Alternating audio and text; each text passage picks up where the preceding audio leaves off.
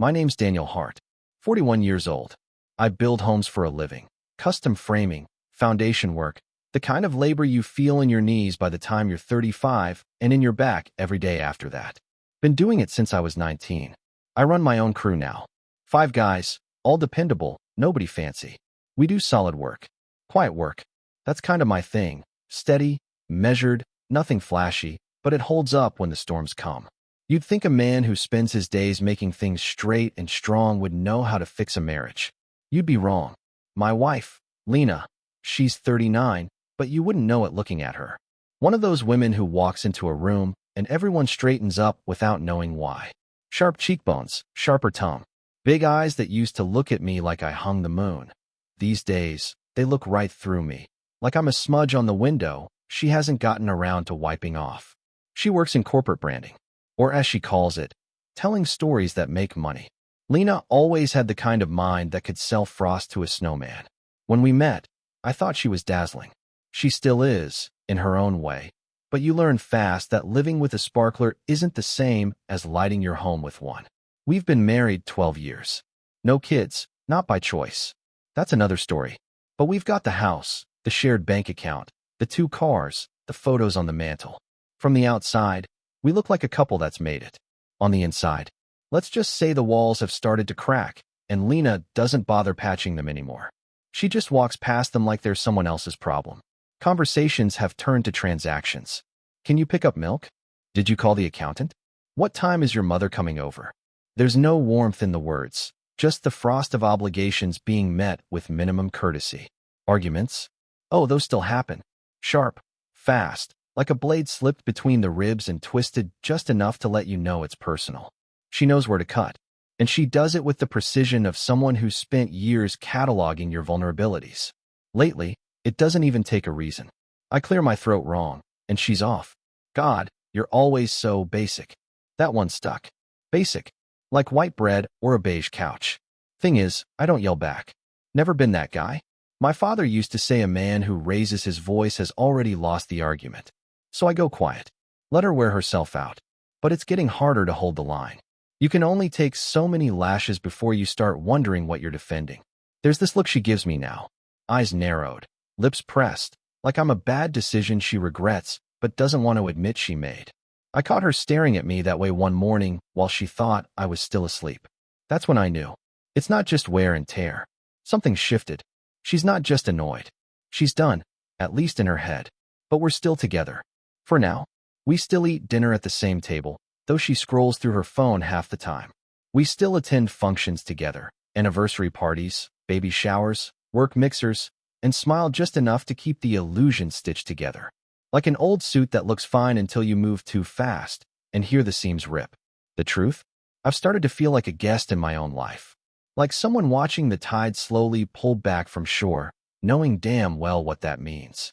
You see it in movies, the water disappearing, everything suddenly still. But real life? It's quieter. You just notice that she hasn't touched your arm in months. That her laughter sounds different around other people. That the dog starts sleeping by the door instead of the foot of the bed. That's the part they don't warn you about. How betrayal doesn't always show up loud. Sometimes it comes in the silence, in the routine, in the way someone doesn't say goodbye when they leave the house. I'm not a paranoid man, but I am observant. I've built entire houses by eyeing a level and listening to the wood. And I'm telling you now, the structure's still standing, but the foundation's gone soft. I can feel the weight shifting. And I've learned something in all my years. When the ground moves, you don't run. You plant your feet, watch the sky, and wait. Because the wave is coming. Lena wanted a night out with her college crew, the Golden Girls, as she used to call them back when they still wore yoga pants to brunch and drank boxed rose in someone's cluttered living room. Now they meet at places with one-word names like Velvet or Crush, where the drinks have more ingredients than the menu has food. This time it was Citron. Rooftop bar, exposed Edison bulbs, walls painted black like that somehow made the drinks more expensive. We got there at 8, fashionably late according to Lena, though I've never understood the logic of making people wait just to act like you're important. I wore jeans and a button-down. She wore a dress I hadn't seen since our 10th anniversary, short, tight, with heels sharp enough to file your taxes on. The girls were already there, clustered around a high-top table like vultures at a gossip buffet. There was Kara, always a little too loud, already halfway into a cocktail called a cherry funeral. Michelle, with that brittle laugh she's had since college, still dating men who looked like they'd steal her car and then sue her for parking it wrong. And Simone, the quiet one, who only speaks when she wants you to feel small. They all squealed when Lena walked up, hugging and air-kissing like they were on some reunion special nobody had asked for. I hung back, smiling the kind of smile you wear at a dentist's office. The bartender caught my eye, tall guy, lean, with that practiced smirk men wear when they know women notice them. Then the man, he called out. I blinked. You don't remember me, do you? Brett Davis. Sigma Chi, class of '03. Oh, Brett. Of course. Used to DJ at frat parties wearing sunglasses indoors and quoting Fight Club like it was scripture. I'd forgotten all about him, which tells you how memorable he really was. He leaned across the bar like we were old war buddies, slapping the counter. You're with Lena, right? Man, college sweetheart, still together? That's wild. I nodded, doing the math. Brett was one of those guys who peaked at 22 but hadn't gotten the memo. Still had the charm, though, the lazy kind that doesn't work unless people want to be charmed. And judging by the way Lena's friends perked up when he spoke, they wanted it. We ordered drinks. Something with gin and citrus for Lena. I asked for a beer, and Brett raised an eyebrow like I just ordered a tuna melt at a wine tasting. Keeping it classic, he said. Respect. The girls flirted shamelessly, giggling, tossing their hair, leaning over the bar like they were auditioning for attention. Lena joined in, not overly, but enough. She touched Brett's arm when she laughed. Said, stop it, twice in that tone women use when they want you to keep going. I pretended not to notice. That's the game, isn't it? You don't react, and they don't make you the villain. About 30 minutes in, I excused myself to the restroom. Not drunk, not annoyed. Just done pretending I found the conversation about eyelash extensions and coworker scandals riveting. Took my time. Washed my hands twice. Let the air hit my face for a bit. When I came back, something was off. I couldn't explain it at first. Just this stillness. Like someone had hit pause on the world half a second too long. Lena's lipstick was smudged.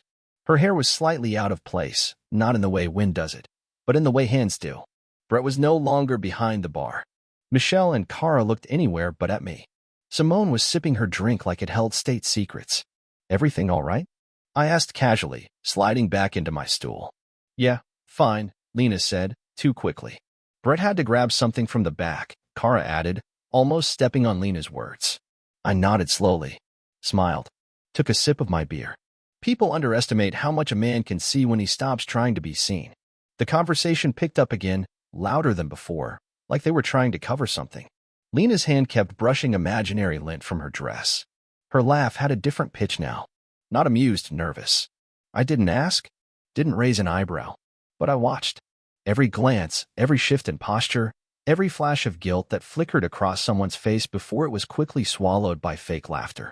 They thought I hadn't noticed, but I did. And I filed it away, right next to the lipstick stain and the barstool Brett never returned to. Some nights end with answers.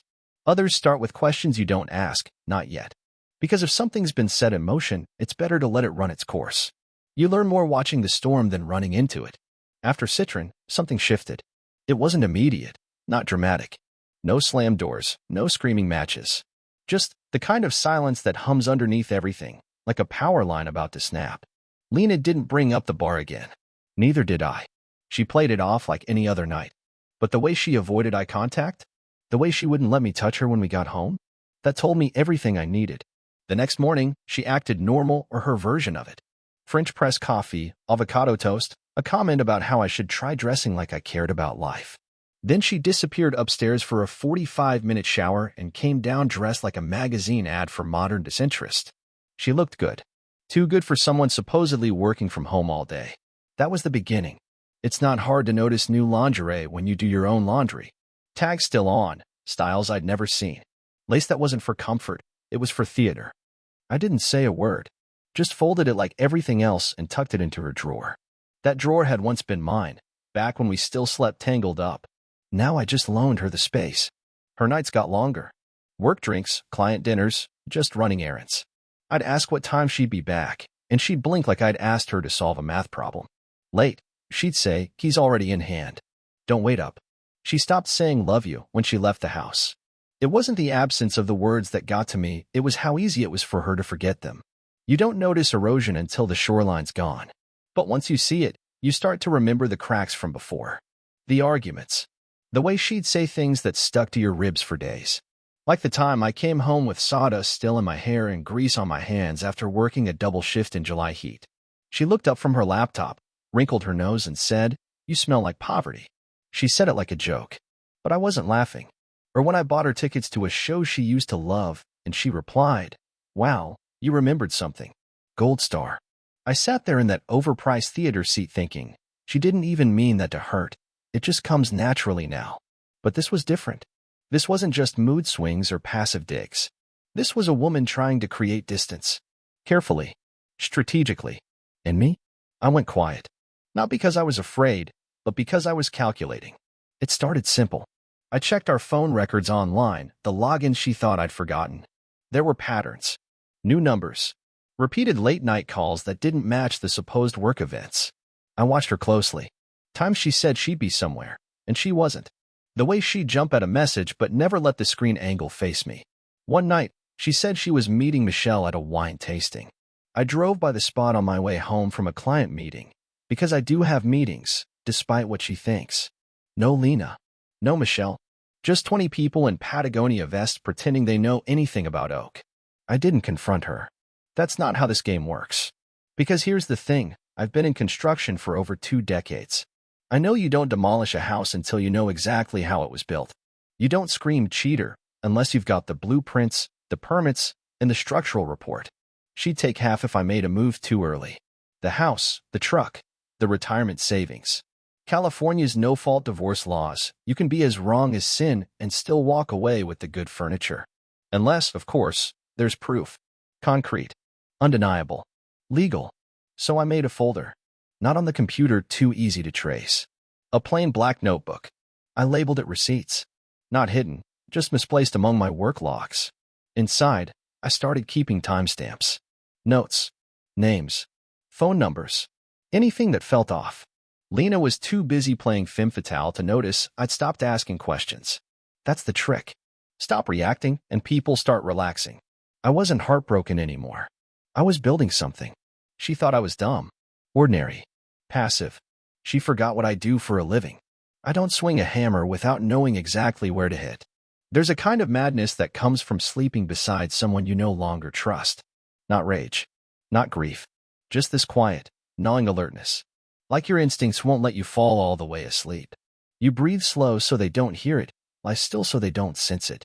But your eyes stay half open, your mind tuned to every sigh, every late-night message buzz, every shift of fabric in the dark.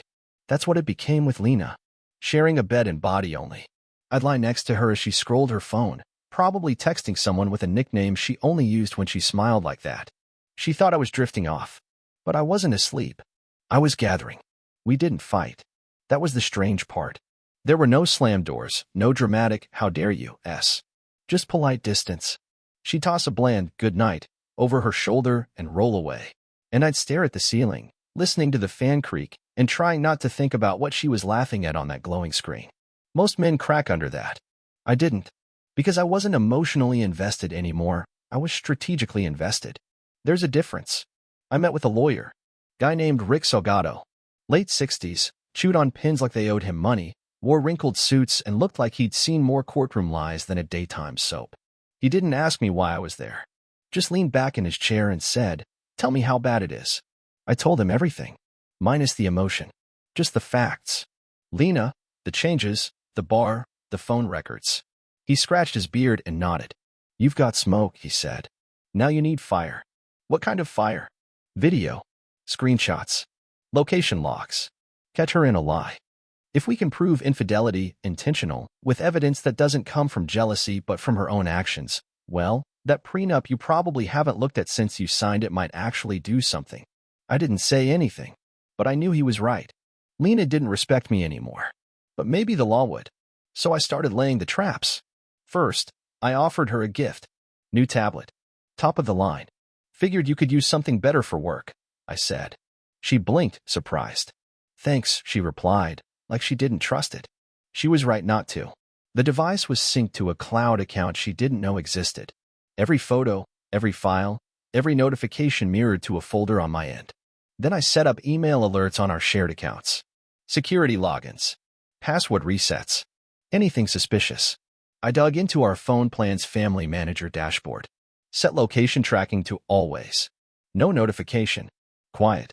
I even checked our home Wi-Fi logs. Who connected? When? How long?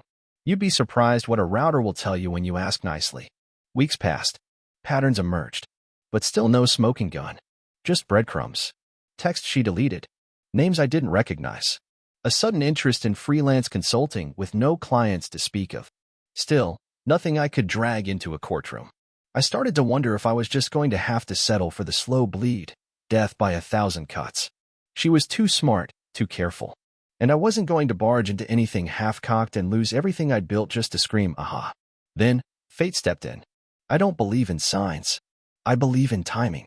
And one night, when Lena was in the shower, one of those long ones she takes after coming home, late from meetings, I noticed she'd left her laptop open. Not locked. Not closed.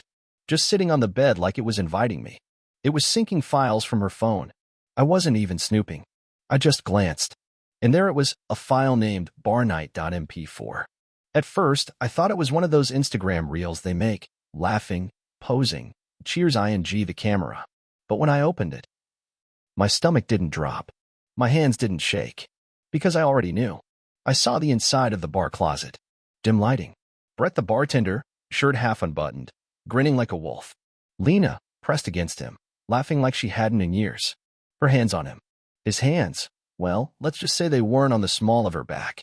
And then the voices in the background, Kara, Michelle, giggling and egging her on. One of them actually said, "Do it, Lena. It's just a kiss." He's in the bathroom. The camera shook with laughter. She did it. It wasn't just a kiss. They filmed the whole thing like it was some kind of prank. I watched it once. Then I saved it twice. Once in the cloud. Once on a drive that doesn't touch the internet. When she walked back into the room, toweling her hair, I was already in bed. "Everything good?" she asked. "Yeah," I said, rolling over. "Just tired." Because tired was believable. But I wasn't tired. I was ready. It started with spring cleaning. The kind of thing you do not because you're feeling particularly motivated, but because your hands need something to do while your mind is sharpening knives. Lena had upgraded her phone a few weeks back. Left the old one in the kitchen junk drawer, next to expired coupons, rubber bands, and a broken wine opener we'd been pretending we'd fix for the last 3 years. She didn't even factory reset it. I doubt she thought she needed to. That's the arrogance of someone who's convinced you'll never look. I powered it on. Battery still had 12%. Her old passcode was the same as always, our anniversary, because why not turn irony into a 4-digit key? I didn't go looking for anything specific. Just backed up what was left, syncing to the shared family cloud drive we'd set up years ago, back when we still said ours without sarcasm. Mostly photos, some forgotten playlists, a few notes titled things like groceries and to-do. Then I saw the folder, bar_night_vids. I opened it. The first few clips were harmless. Kara filming herself talking to the camera like it was an audience. Michelle holding up 2 martinis, yelling cheers, witches. Lena grinning, flipping her hair, making the kind of faces you only make when you think no one's ever going to watch the playback. I almost closed it. Almost. Then came the 4th file. It didn't have a name. Just a timestamp. 11:32 p.m. The camera was shaky, someone filming from waist height, half hidden behind the bar's wine rack. I recognized the voices first. "That's our girl," someone whispered, drunk and amused. "Lena." She was giggling. Her lipstick was already smeared, her dress strap slipping down one shoulder. Brett, the bartender, was pressed up against her, hands roaming without hesitation. She leaned in, kissed him full, deep, like they had a history, or were trying to make one on the spot. Then Kara's voice again. "Y'all gonna need a closet for that." The camera jerked as someone laughed so hard they snorted. Someone else said, "Hurry, he'll be back any second." I watched the whole thing. Didn't blink. Didn't clench my fists. Just stared. When it ended, I hit replay. Twice. It wasn't rage I felt. That had expired long ago, dried up somewhere between the passive insults and the cold shoulder mornings. What I felt was clarity. This wasn't some rumor. It wasn't emotional suspicion. It wasn't a matter of interpretation. It was evidence. I copied the file, checked the metadata, time, date, location embedded right there. I took a screenshot of the folder, every file name, every timestamp. I opened a new email, attached the video, added a note. Found this while syncing an old phone. Let's move forward. She'll never see it coming. DH. Then I hit send. Rick, my lawyer, responded within minutes. No words, just a thumbs up emoji. The only time I'd seen that man use a graphic of any kind. I backed up the video twice. One copy on an encrypted drive, another in a folder titled Q2 Tax Review on our shared cloud, just in case she ever went looking. She wouldn't open it. She hadn't looked at our taxes in years. That night, Lena came home late again. I'm beat, she said, kicking off her heels, heading straight for the wine. Long day, I asked, flipping through the paper. I don't even read it. I just like the sound of the pages turning. It unnerves her. She nodded absently. Meetings. I smiled. Hope it was productive. She didn't notice the shift in me. Didn't see the calm. The stillness. She thought she was still playing the game. What she didn't know, what she couldn't even begin to imagine, was that the board was already mine. The evidence was clean. Legal. Undeniable. The betrayal wasn't a feeling anymore. It was a file. A video. An admission caught between drunk laughter and careless hands. Lena thought I was still in the dark. But now, I was just waiting for the right time to flip the switch. Let her sip her wine and play house for a few more days. The lights were still on, but the fuse was already burning. Funny thing about betrayal. Once it confirms itself, the pain doesn't deepen. It just hardens, turns to granite. And once you're standing on that kind of rock, it's surprisingly easy to balance. Rick and I met twice a week after that. His office wasn't much. Cracked leather chairs, coffee that tasted like it came from a machine older than me, walls lined with law books he hadn't opened in years but kept for show. He wore the same gray suit every time. He wasn't flashy, but he was dangerous, the kind of dangerous that smiles while filing motions you never see coming. He laid it out simple. We're going with adultery as the cornerstone, he said, tapping the table with a chewed-up pen. Video evidence. Multiple witnesses. No way she spins out of that. I nodded. But we're not stopping there, he continued. We're adding emotional cruelty. The verbal degradation. The manipulation. The gaslighting. You've kept records? I handed him the notebook. He flipped through it like he was skimming a menu, nodding occasionally. Very tidy, he muttered. Chronological, clean, factual. Judges like that. And finances? I asked. Oh, we'll get there, he said with a grin. Once we subpoena her accounts. Something tells me she's not as clever as she thinks. If she's moved anything, if she's hidden assets or diverted funds through that pretty little freelance gig she invented, we'll find it. That's the third leg, financial deceit. And the prenup? Rick looked up. With this evidence, that prenup isn't just enforceable, it becomes a sword. Section 8. Infidelity nullifies her claim to spousal support. You play this right, Daniel, and she walks away with exactly what she deserves, nothing she didn't earn. It was strange, sitting there and discussing the woman I once loved like a chessboard. But I felt no guilt, no hesitation. You can only hold onto a burning rope for so long before you realize you're not saving anyone. You're just prolonging the scars. So I played my part.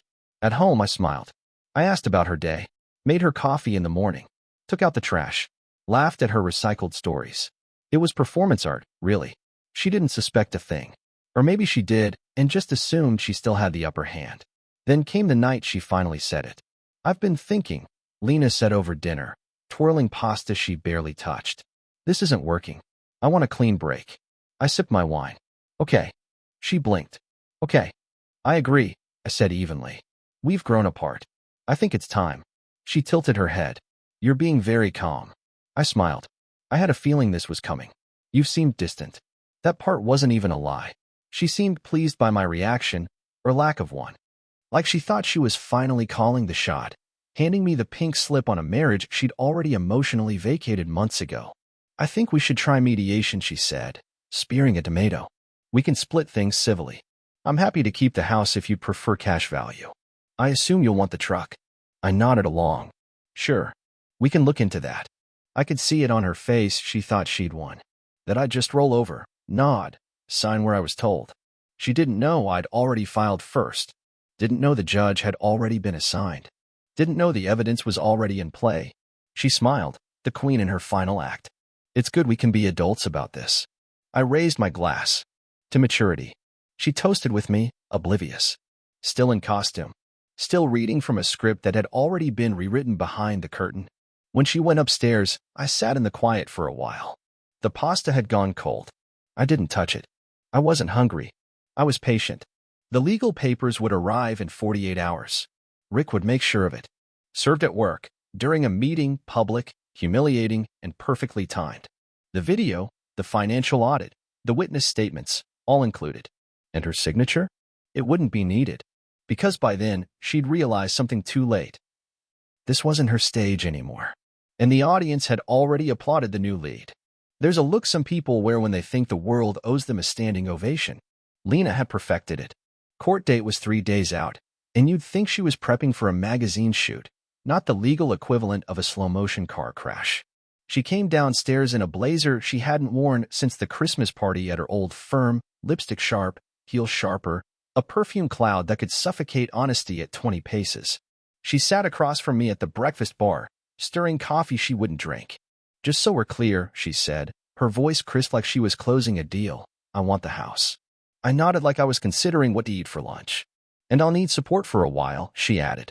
Until I figure out my next steps. It's standard. Of course, I said mildly, setting down my paper. Whatever's fair. She smiled at that. Actually smiled. Like the checkmate was already done, and she was just being gracious in victory. I knew you'd be reasonable, she said, patting my hand like a nurse humoring a patient with a fading pulse. Rick told me not to react. Let her talk, he said. Every word is leverage. So I did. I let her keep painting herself as the noble martyr, abandoned by a cold, emotionless husband. She talked about hiring a stylist for court. Presentation matters, she said. Judges are people too. She said this while taking selfies in the mirror, half-turned, phone tilted, lips pouty like she was auditioning for a wine label. I wasn't angry. I wasn't even disgusted. I was just documenting. Every email she sent, casually demanding her share. Every text to her friends complaining about me, screenshot and archived. The one where she wrote, "Can't wait to finally gut that boring house. New paint, new life, new man." That one earned its own folder. I checked her social media every night. The posts weren't smart. She never was with subtlety. Manifesting the life I deserve. One caption read beneath a photo of her in heels outside a restaurant I knew she couldn't afford without me. Another showed her holding champagne, tagged with her girlfriends and a toast emoji. I saved them all. Timestamped, geotagged, smiling evidence of zero remorse. Meanwhile, Rick and I kept moving in the shadows. We finalized the witness list. Cara, Michelle, Simone. They didn't know yet. Subpoenas would hit them the same day Lena strutted into court. All three present the night of the incident. All three on camera, laughing. One of them actually said, "Do it, Lena, you only live once." That line was gold. Then there was Brett, the bartender. He'd already been served. He didn't reply. He didn't need to. His face said everything, and we had the footage to match. Even better? His manager confirmed in writing that Brett had been disciplined for a personal entanglement on company property. That document was signed, sealed, and entered into evidence. Rick had arranged the exhibits like a museum curator. Video, transcripts, messages, financial records showing sudden cash transfers out of our joint account into her personal Venmo, labeled consulting fee, but aligning perfectly with her weekend getaways. Receipts, location pings, call logs. He looked over the binder and shut it slowly. "You're ready," he said. "Now let her bring her best heels. She'll need something to hold on to when this floor drops." I didn't gloat. I didn't rehearse speeches. I just went about my week. Took care of the yard. Paid bills. Slept better than I had in months. Lena spent those nights texting. Ordering clothes. Planning for a future she thought would begin once she shed the dead weight of her unambitious husband. She never asked how I was doing. Never wondered why I was so calm. And I never offered an explanation. Because the thing about traps is, they only work if the prey thinks they're still the predator. Courtrooms are quieter than you expect. No dramatic piano music, no shouting objections like you see on TV. Just soft murmurs, shuffling paper, the echo of footsteps that sound louder than they should. Sterile. Controlled. Like a hospital, but for dead marriages. Lena showed up looking like a campaign poster. White blouse, tasteful jewelry, her hair in a low bun that screamed, respectable professional. Her lawyer, young, polished, and clearly expensive, held her elbow as they walked in. They sat across from me like royalty surveying a broken kingdom. She didn't look at me, just fixed her eyes on the judge like she was already reading from a teleprompter. When it was their turn, her lawyer stood and delivered his pitch with all the righteous conviction of a man who only knew one side of a story. My client, he began, has endured years of emotional neglect. She maintained a household, pursued her career, and supported her husband despite feeling unappreciated and unseen. She is not asking for more than her share, only what is fair, what she is owed. Lena nodded, eyes glassy, hands folded delicately in her lap. She looked like a woman whose world had been unjustly shattered. If I hadn't known better, I might have believed her. Then Rick stood. No drama, no raised voice. Just calm authority like a surgeon scrubbing in. Your Honor, he said, we respectfully disagree. We contend that the petitioner engaged in repeated acts of adultery, concealed financial activity, and emotional cruelty toward my client, documented and deliberate. He tapped the binder. We will present witness testimony and digital evidence to support this, including, with the court's permission, a video file taken the night of April 14th, which directly contradicts the petitioner's claims.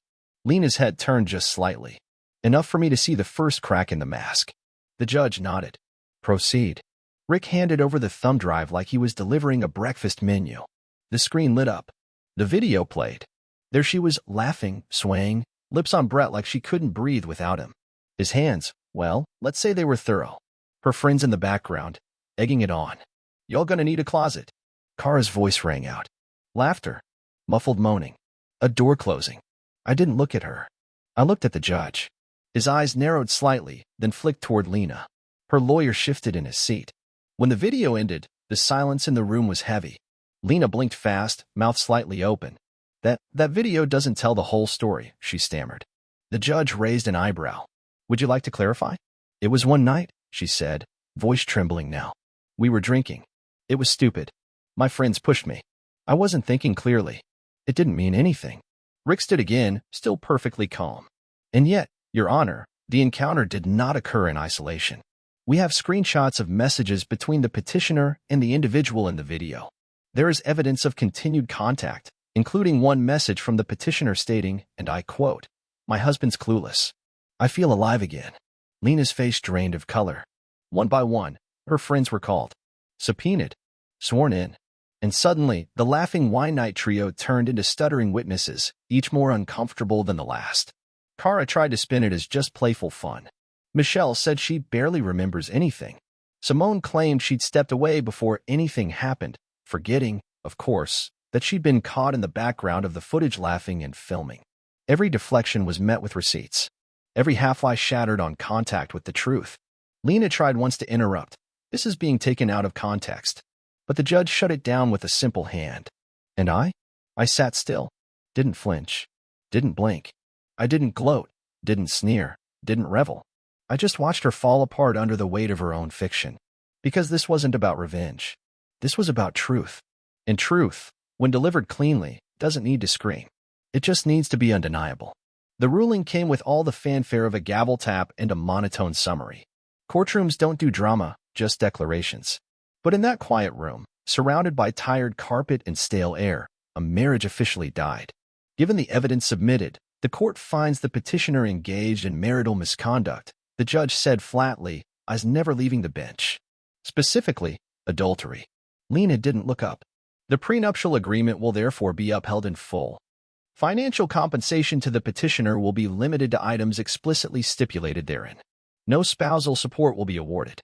Translation: she gets her clothes, her name, and not a damn cent more. I watched her sit there, rigid, like a statue trying not to crack. Her lawyer placed a hand on her arm, maybe out of sympathy, maybe to stop her from standing up and screaming. Either way, it didn't work. The damage was already done. Rick didn't smile. He just nodded once, like a man who's been here before. We're good, he muttered to me under his breath. Real good. She'd walked in wanting half the house, the savings, alimony, control. She walked out with a court order and a reputation bleeding out on the courthouse steps. The fallout came fast. Half her social circle turned on her by that evening. Not because they cared about me, but because they didn't want their own names dragged down with hers. Kara posted something vague about learning who your real friends are. Michelle went radio silent. Simone, who once giggled through lies under oath, sent me an anonymous message 2 days later. I'm sorry. She dragged us all down. The bartender? Gone. Word was he got fired 2 weeks before the hearing. Management didn't like the idea of lawsuits from guests catching staff groping patrons in storage closets. He skipped town, probably flipped his name and landed at another bar, telling half-truths to strangers about how crazy his ex got. Lena didn't speak to me after the ruling. Not in the courtroom. Not in the parking lot. She stood with her arms folded, jaw tight, waiting for her Uber like she was about to sue the weather. Viewers, this is the end of the story. We would be very grateful for your likes, comments, subscriptions, and sharing of our stories. See you next time.